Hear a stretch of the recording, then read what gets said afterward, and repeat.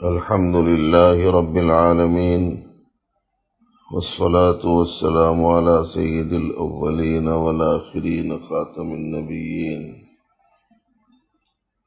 سيدنا ونبينا محمد وآله وأصحابه أجمعين، وعلى من تبعهم بإحسان إلى يوم الدين.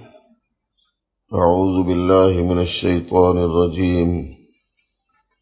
بسم الله الرحمن الرحيم. يا أيها الذين آمنوا بالله ورسوله.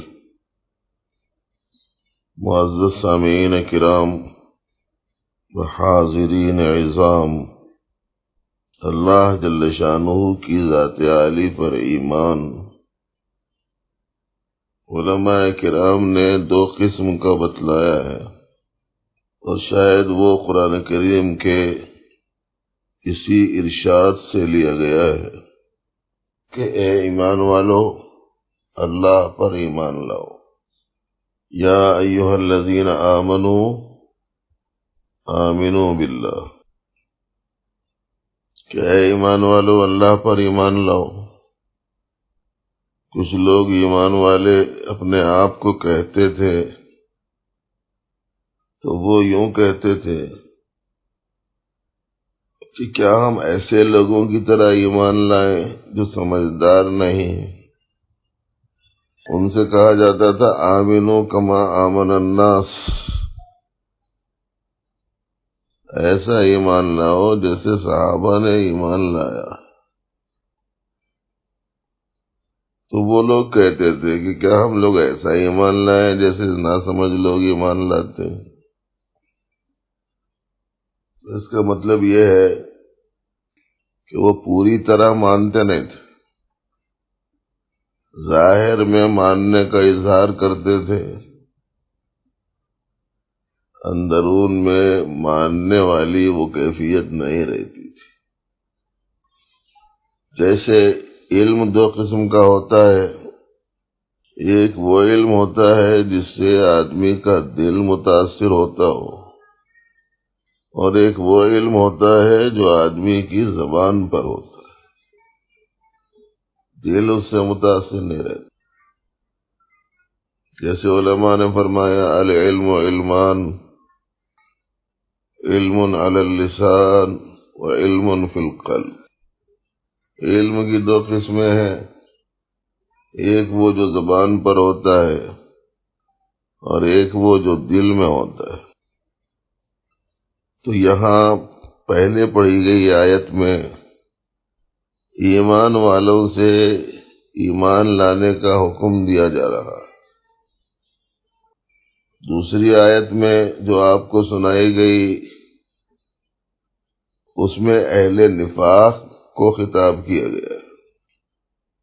تو جو ایمان والے ہیں ان سے کہا جا رہا ہے کہ ایمان لاؤ. تو معلوم یہ ہوا کہ ایک وہ ایمان ہوتا ہے جو تحقیقی ہوتا ہے، اور ایک وہ ایمان ہوتا ہے جو تحقیقی نہیں ہوتا. ایک وہ ایمان ہوتا ہے جو حلاوت کے ساتھ ہوتا ہے، مٹھاس کے ساتھ میں ہوتا ہے، اس کی کیفیت، اس کا مزہ آدمی محسوس کرتا ہے. ایک وہ ہے جس کا مزہ آدمی کو محسوس نہیں ہوتا. اس سے قریب ہی کی گزشتہ کی مجلس میں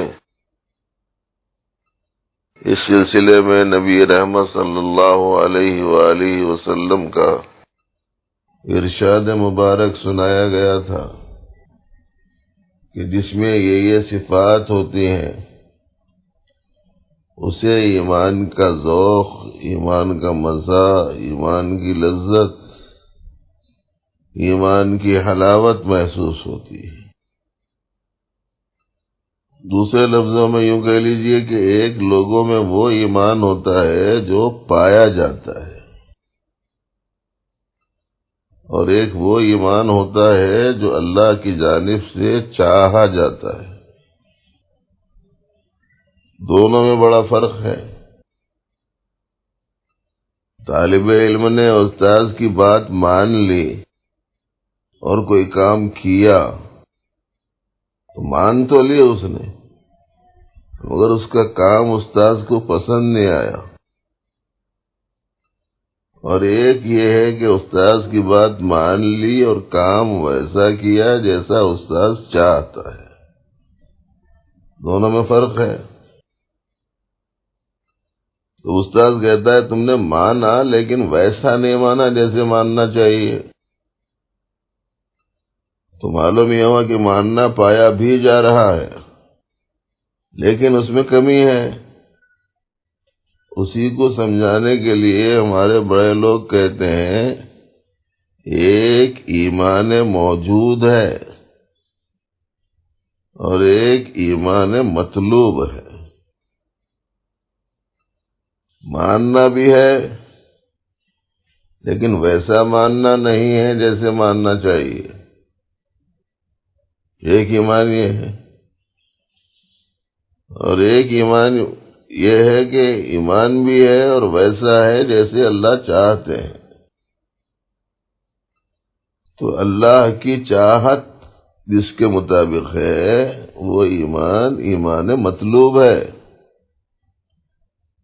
اور ابھی جس کے ایمان میں وہ بات پیدا نہیں ہوئی وہ ایمان موجود ہے، ایمان مطلوب نہیں۔ عام طور پر آدمی کا رہا سہا ایمان بھی متزلزل ہو جاتا ہے جب اس کے اوپر حالات آتے ہوں، اسے یہ احساس ستانے لگتا ہے کہ میرے ایمان لانے کی وجہ سے، میرے مسلمان ہونے کی وجہ سے یہ مصیبتیں آ رہی، اسے ایسا سمجھ میں آتا ہے،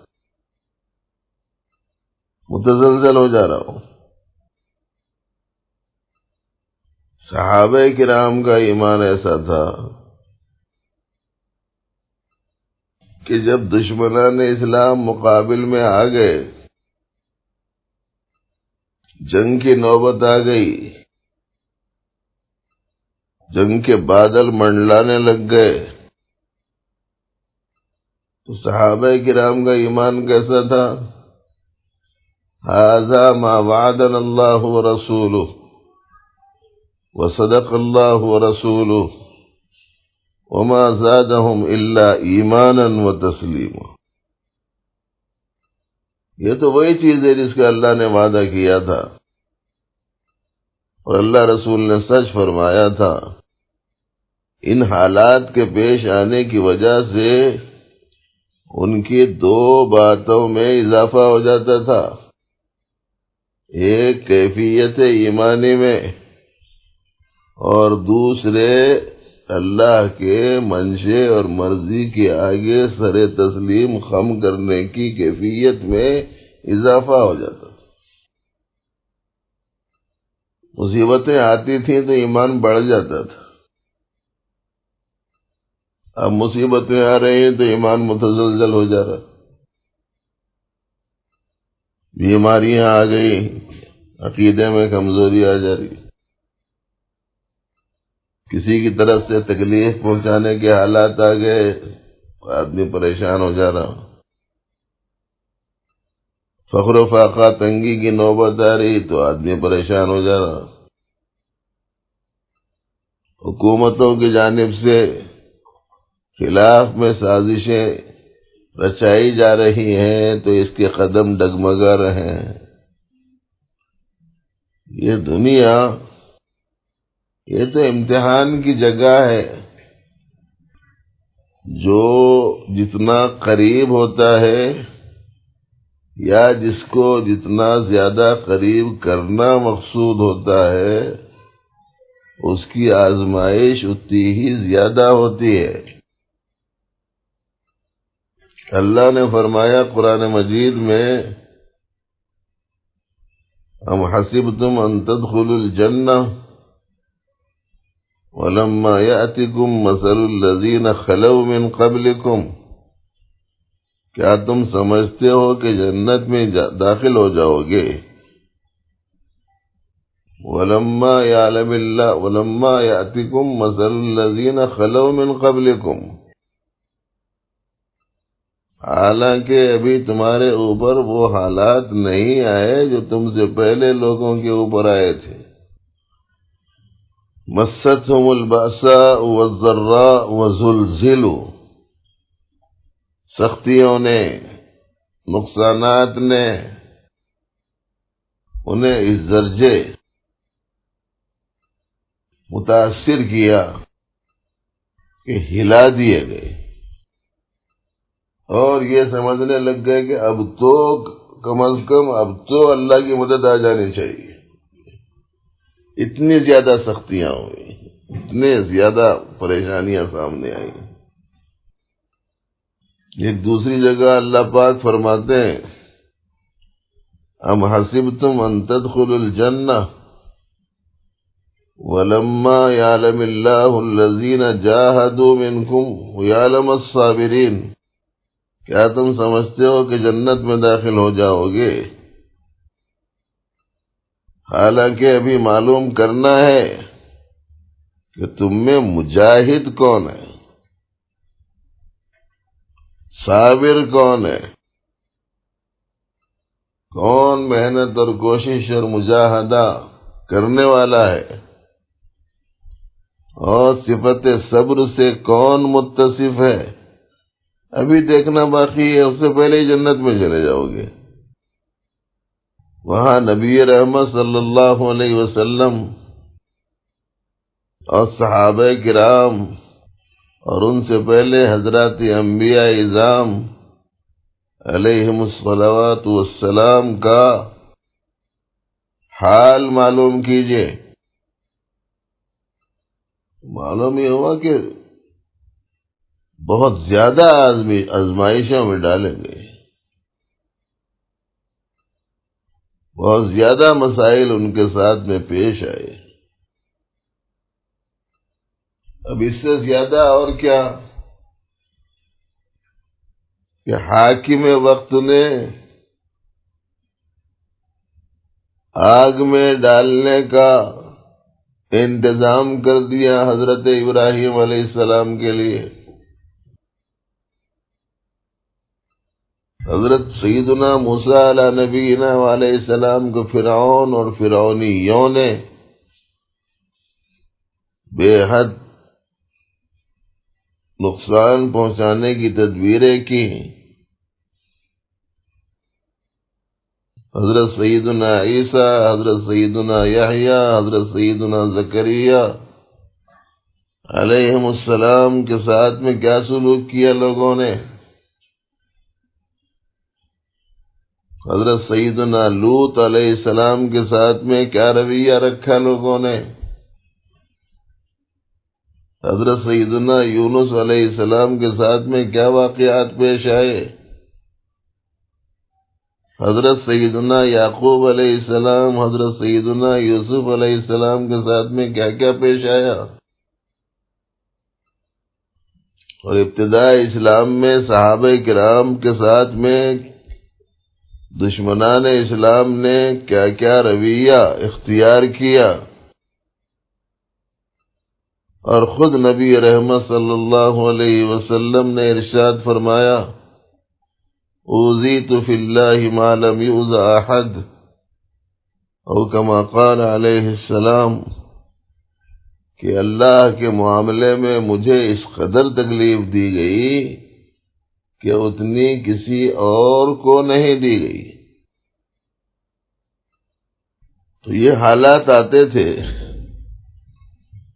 تو صحابہ کرام کے ایمان میں بڑھوتری ہوتی رہتی تھی اور فرما برداری میں اضافہ ہوتا رہتا تھا۔ اب حالات آ رہے تو پاؤں ڈگمگا جا رہے، اعمال میں کوتاہی شروع کر دے رہے، عقیدے میں کمزوری آ جا رہی۔ یہ دنیا ہے، اس میں آزمائش ہی کے لیے بھیجا گیا ہے، پہلے یہ بات ذہن میں رکھ لینا۔ اچھا، یہاں آسائش کے لیے نہیں بھیجا گیا، آزمائش کے لیے بھیجا گیا۔ اسی بات سے آپ کہہ سکتے ہیں کہ دنیا مقام آزمائش ہے،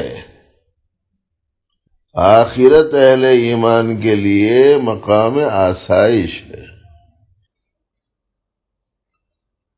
آرام کی جگہ۔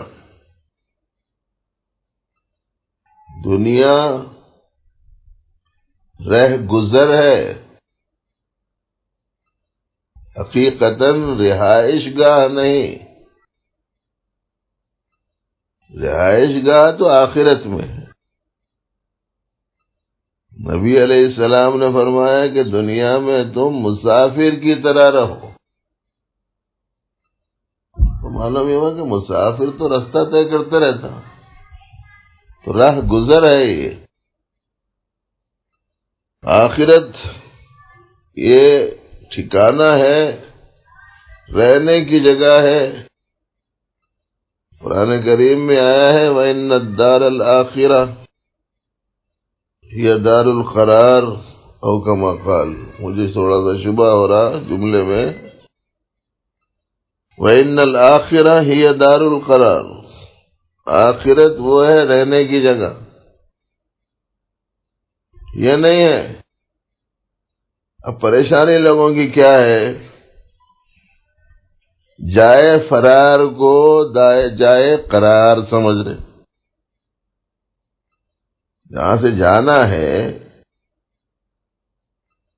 وہ جگہ کو رہنے کی جگہ سمجھ رہے،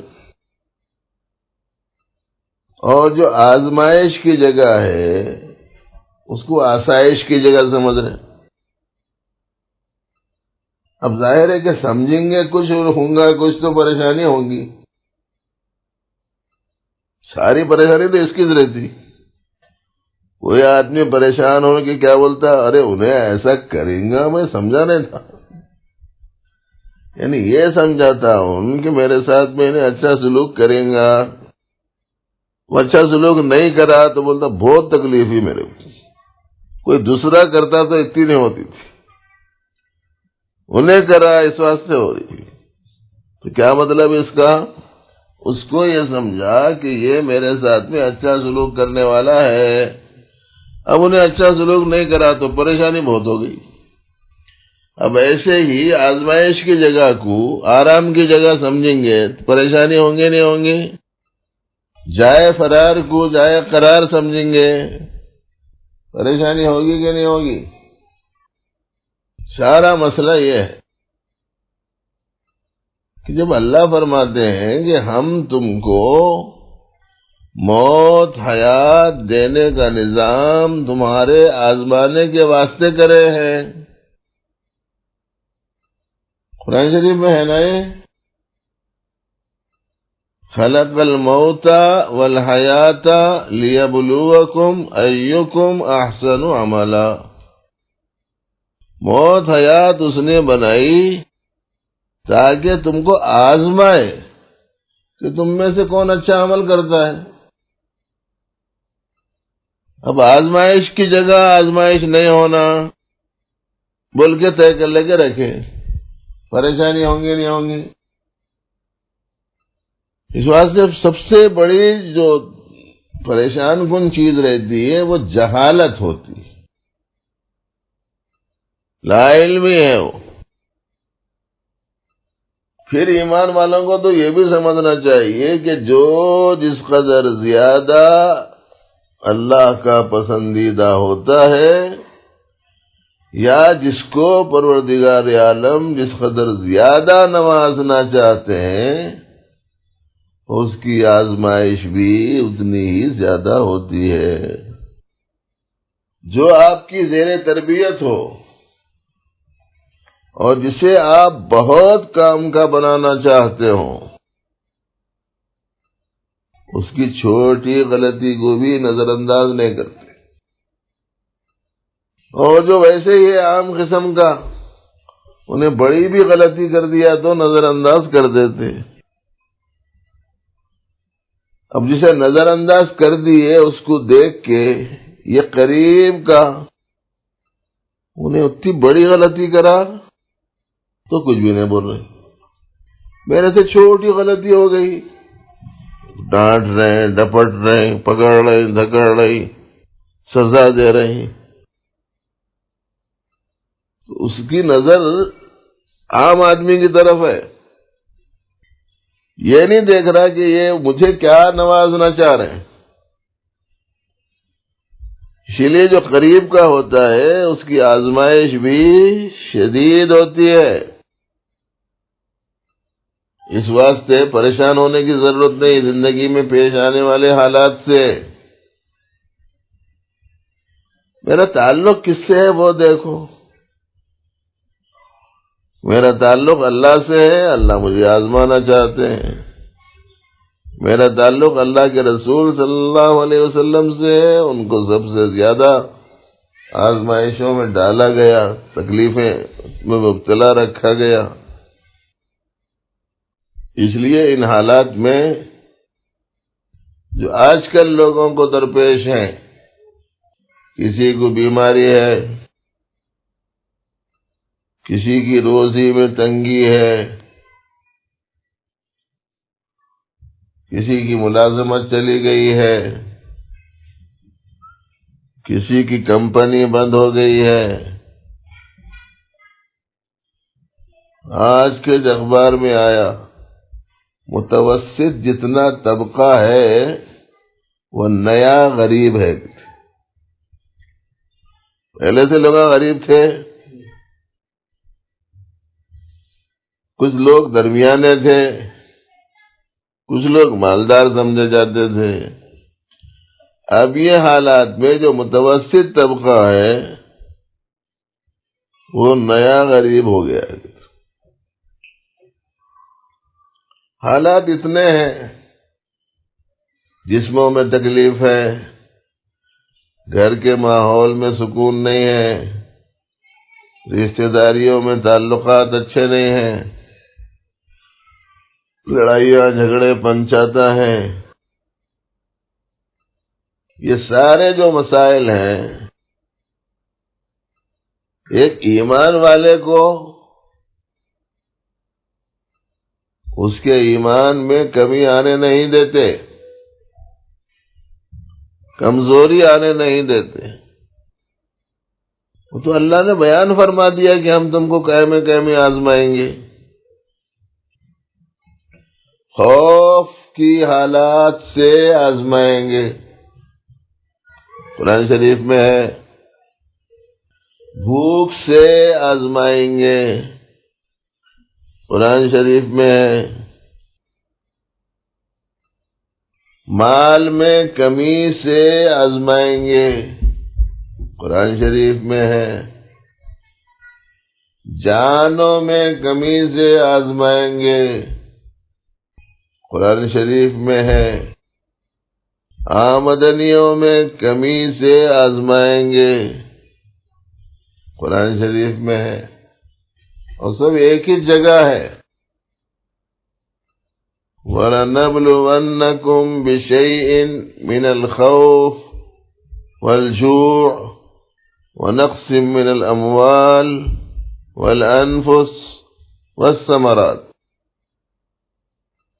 اب اللہ جل شانہ آزماتے ہیں. بندے پوچھتے ہیں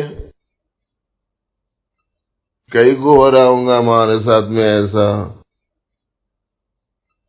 اور کون کر رہے ہوں گے ہمارے ساتھ میں کچھ. کئی کو ہو رہا ہوں گا، ارے بھائی انہوں آزما رہے ہیں. کون کر رہے ہوں گے؟ بولے تو انہوں کر رہے ہیں جو آزمانا چاہ رہے ہیں. دوسرا کون ہے؟ اب اس پر جو صبر کر لیا اس کو اللہ اتنا دیں گے، اتنا دیں گے، اتنا دیں گے کہ دنیا والے اس کا حساب نہیں کر سکیں گے. اسی لیے آگے فرمایا وَبَشِّرِ الصَّابِرِينَ، صبر کرنے والوں کو خوشخبری سناؤ. ان اللہ مع الصابرین، اللہ صبر کرنے والوں کے ساتھ ہے. گھروں میں تغرے رہتے، ان اللہ مع الصابرین بول کے موٹا لکھ کے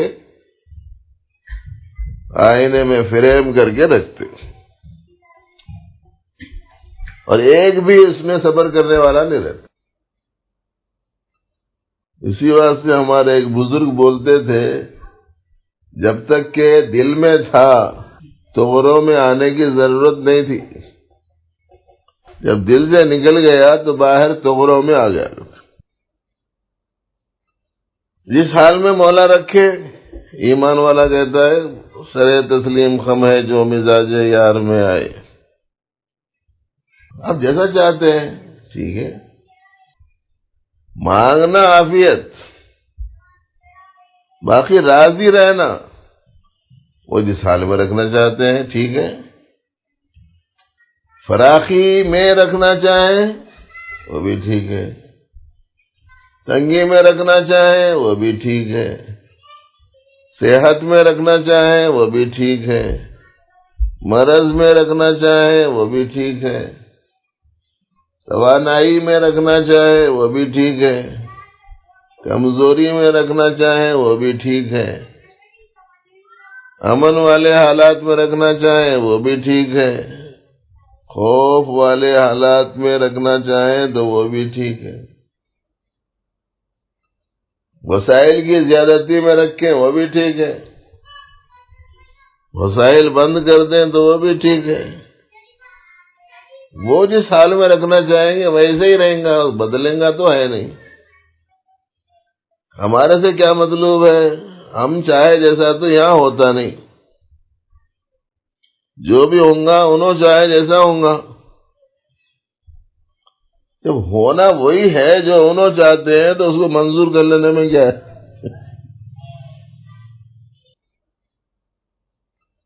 ایسا تو نہیں ہے کہ کسی کو اللہ فراخی میں رکھنا چاہتے ہیں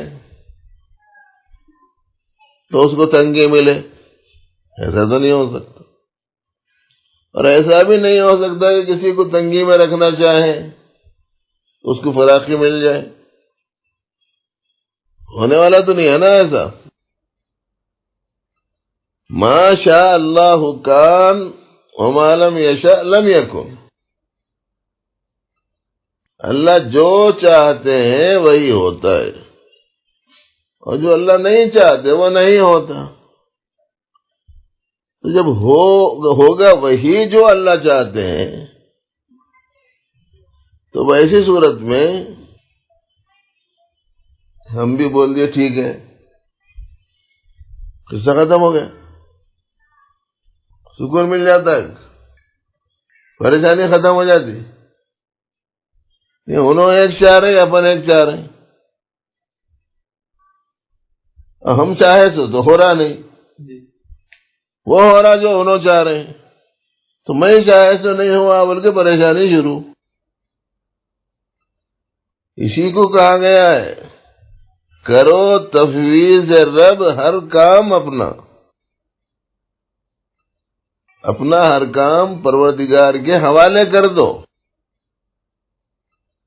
کرو تفویض رب، ہر کام اپنا، یہی تفویض ہے حکمت تمہاری دانائی، دانش مندی، سمجھداری کی علامت یہ۔ افوض امری الی اللہ، میرے معاملات میں اللہ کے حوالے کرتا ہوں۔ اب سمجھ میں آ رہا ہوگا کہ بزرگان دین جس حالت میں رہے، مزے میں کیوں رہے،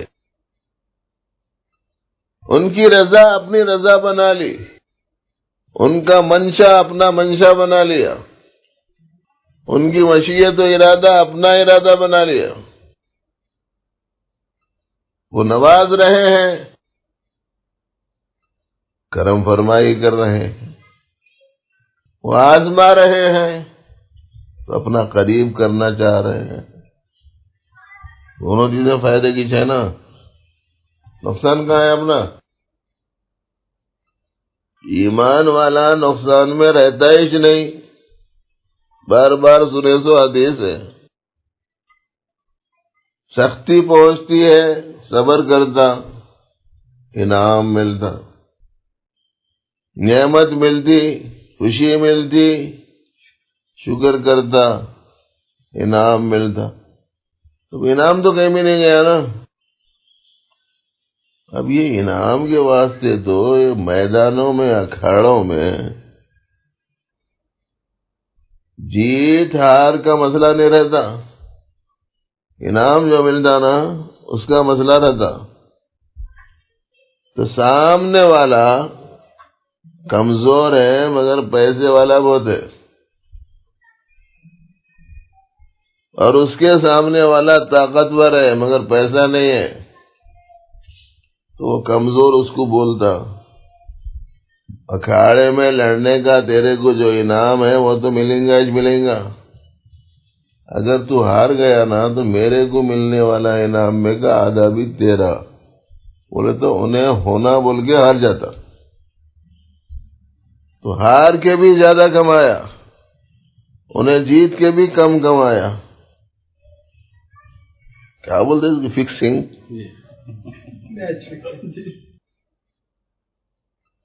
میچ فکسنگ۔ انعام اصل ہے۔ اب ہمارے کو انعام تو دو طرف سے ہے،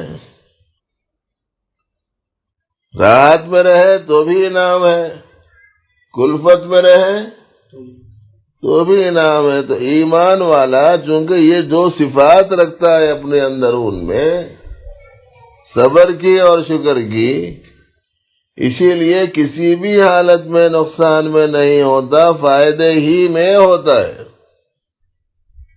یہ ہے حدیث شریف میں۔ ابھی یاد نہیں رہتا، سنا ہے 25 وقت، یاد رکھنا چاہیے ان چیزوں کو، اور وہی چیز اچھی جو وقت پہ کام آ سکے۔ ہے آپ کے پاس میں مگر آپ وقت پہ اسے یوز نہیں کر رہے،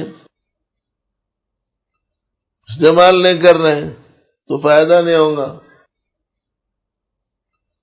ایک صاحب کو رستہ برابر نہیں دکھا تو جا کے گڑھے میں گر گئے، لوگ جا کے بعد میں اندر اتر کے اس کو اٹھا کے باہر نکالے تو اس کے ہاتھ میں ٹارچ ہے، بیٹری ہے، خالی ایسا انگوٹھا دبائے تو اندھیرا اجالے میں تبدیل ہو جاتا، ہاتھ میں ٹارچ پکڑا ہوا ہے۔ ارے بھائی یہ خراب ہے کیا؟ بولے تو نہیں، اچھی ہے۔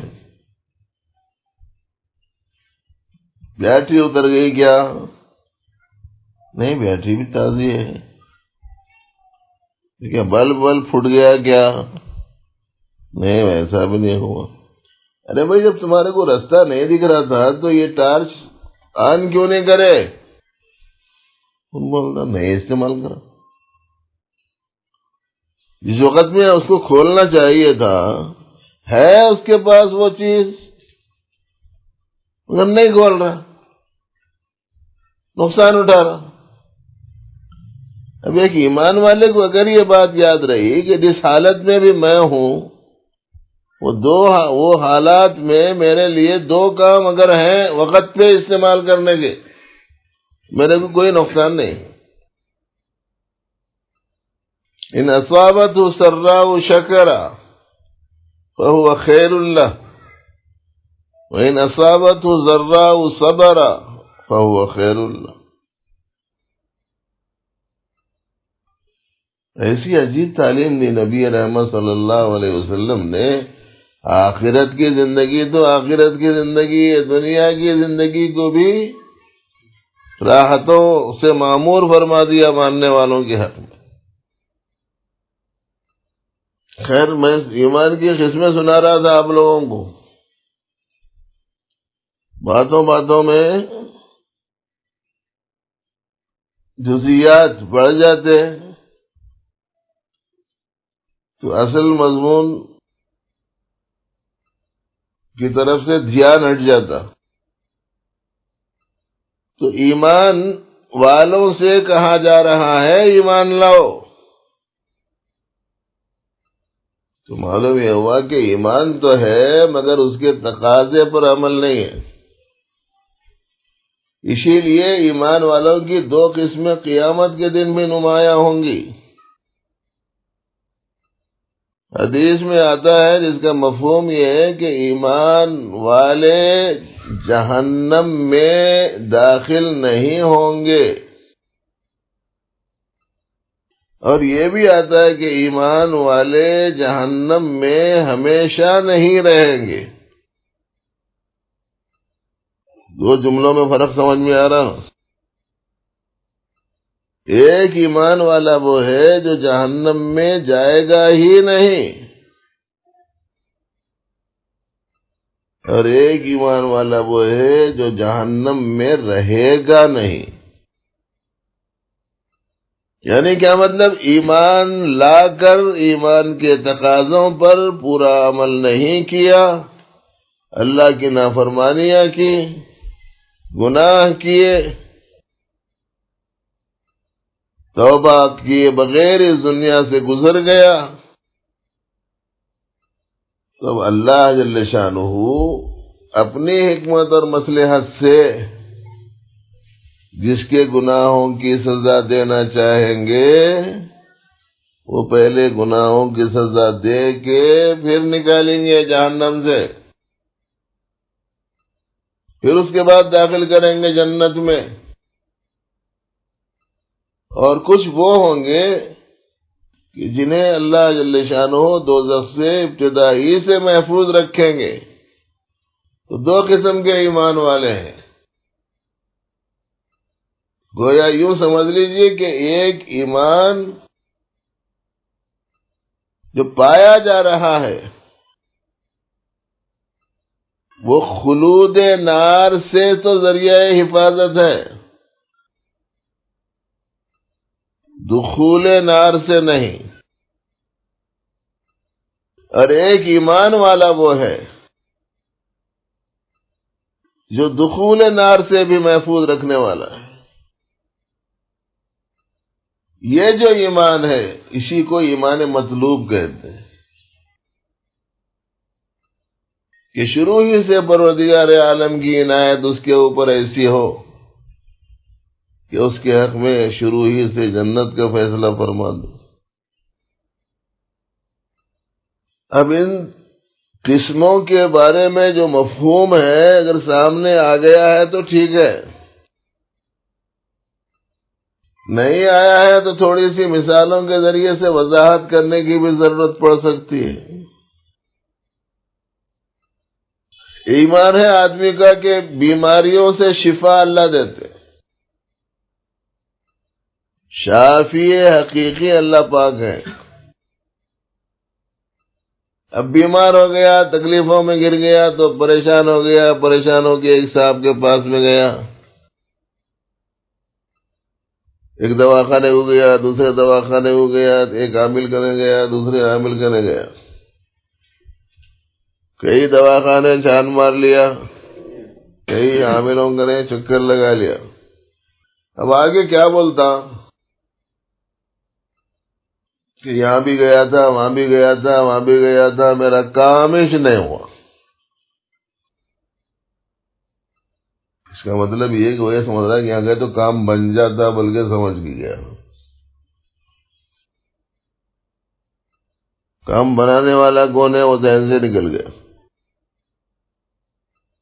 کام کی نسبت اللہ کی طرف رکھنے کے بجائے مخلوق کی طرف کر دی،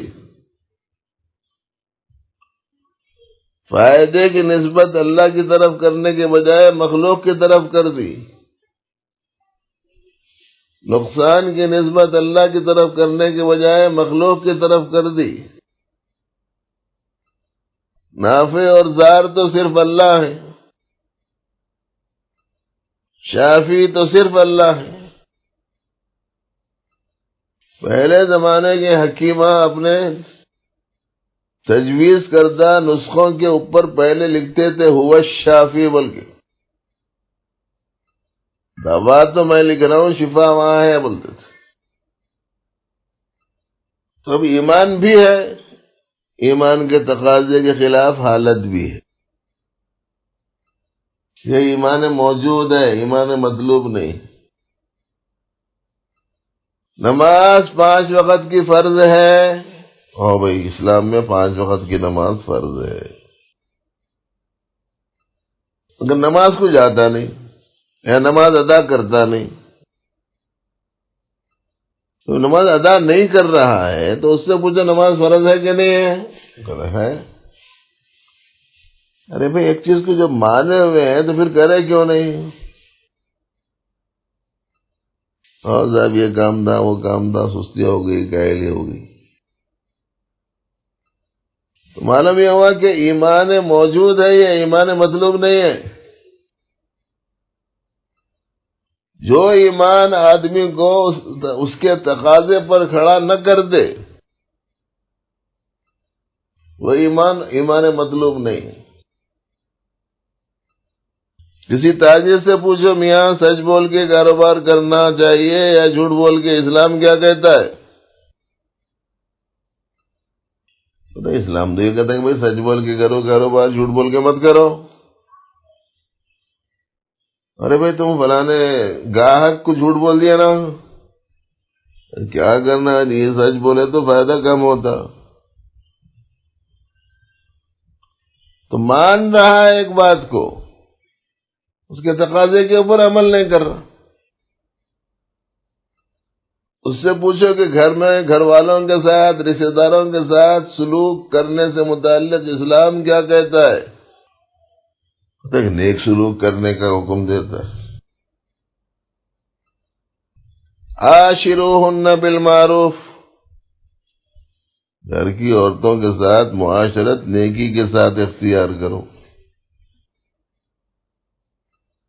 لیکن گھر میں زیادتی کرتا ہے، ظلم کرتا ہے، اذیت دیتا ہے، تکلیف دیتا ہے، تان تشنی کرتا ہے، پریشان کر کے رکھتا ہے، تو ایک چیز مانی ہوئی ہے، اس کے تقاضے پہ عمل نہیں ہو رہا۔ تو جس ایمان کے تقاضے پر عمل نہ ہو وہ ناقص ہے، اور جس ایمان کے تقاضے پر عمل ہو جائے وہ صحیح ایمان ہے۔ تصوف اور سلوک، علماء ربانی، مشائخ حقہ جو اذکار، اعمال، معمولات بتلاتے ہیں، ان سب کے ذریعے سے جو چیز مقصود ہے وہ ایمان مطلوب کا حاصل ہونا ہے۔ ایمان کا جو تقاضا ہے وہ پورا ہو، اسی ایسے ہی ایمان کو حلاوت والا کہتے ہیں، اور یہی وہ ایمان ہے جو آدمی کو جہنم میں داخل ہونے سے محفوظ رکھتا ہے۔ اس لیے نہ حالات سے پریشان ہو، نہ بیماریوں سے الجھنوں کا شکار ہو، نہ روزگار کے مسائل کی وجہ سے ذہنوں پر کوئی بوجھ لیں، نہ ماحول کی مخالفت اور یہاں کی اکثریت کی جانب سے کیے جانے والے سلوک اور رویے سے متاثر ہوں۔ یہ سب فاصلوں سے رہنے والے لوگ ہیں، لیکن جن پر ہمارا ایمان ہے، جن پر ہمارا یقین ہے، جو سب کی ضرورتوں کو جانتے ہیں اور ضرورتوں کے پورا کرنے والے ہیں، جو رحمان ہیں، جو رحیم ہیں، وہ تو پاس ہیں۔ اس سے بڑی دولت اور کیا چاہیے؟ مقصود تیرا ساتھ ہے، تو سست ہے، کیا بات ہے؟ اللہ تو ساتھ ہے، اور کیا چیز چاہیے؟ دنیا میں اس سے بڑی راحت کی کوئی چیز نہیں، دنیا میں اس سے زیادہ مٹھاس کسی میں نہیں، اور دنیا میں اس سے زیادہ خیر خواہ کوئی نہیں، اور میرا ہر مسئلہ ان کے ساتھ وابستہ ہے، وہ میرے پاس ہے، پھر پریشانی کی کیا بات ہے؟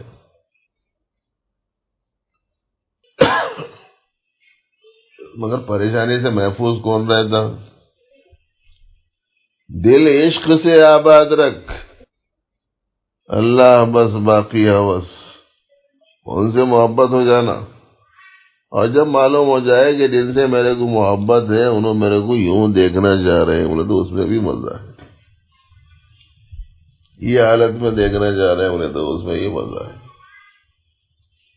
محبوب آگے زور سے لوچا تو جب تک دیکھتا نہیں اس وقت تک غصے میں آتا ہے، اور جب دیکھ لیا تو اس کے لوچنے کو ایک قسم کی ذائقے دار چیز سمجھتا ہے۔ مجنون جو ہے وہ لیلا کے گھر گیا، باہر دوسرے ہوس پرست بھی جاتے رہتے تھے منگنے کے واسطے، انہیں دینے کے واسطے آئی تو کم از کم اس وقت دیکھ لینے کا موقع مل جاتا بول کے جاتے تھے۔ تو ایک فقیر گیا تو اس کو آئی دے دی، دوسرا گیا تو اس کو آئی دے دی، تیسرا آیا تو اس کو دے دی، چلے گیا۔ اصل مجنون گیا، انہیں بھی منگنے کے واسطے گیا، اس کا کٹورا لے کے نیچے پھینک کے توڑ دی، تو دوسرے خوش ہو رہے ہیں اس کے ساتھ میں ایسا معاملہ ہوا، اس کا کٹورا ٹوٹ گیا تو انہیں نچنا شروع کر دیا۔ ارے یہ کیا میاں، تیرے کو ملا بھی نہیں ہے تو پیالہ بھی گیا، بولے تو تمہارے بھی کیا معلوم، بولے محبت میں ہر چیز اچھی ہوتی ہے۔ بس آج اتنا ہی، اللہ جل شانہ مجھے آپ کو علم صحیح عمل صالح کی توفیق عطا فرمائے۔ اللهم ربنا لك الحمد كله ولك الشكر كله، يا رب صل وسلم دائما ابدا على حبيبك خير الخلق كلهم، اللهم ارفع عنا البلاء والوباء، اللهم احفظنا من كل بلاء الدنيا وعذاب الآخرة، اللهم اعز الإسلام والمسلمين وانصر الإسلام والمسلمين، اللهم اهدنا واهد بنا واجعلنا من الراشدين، اللهم اجعل حبك أحب الأشياء إلينا، واجعل خشيتك أخوف الأشياء عندنا، واقطع عنا حاجات الدنيا بالشوق إلى لقائك، وإذا أقررت أعين أهل الدنيا من دنياهم فأقرر أعيننا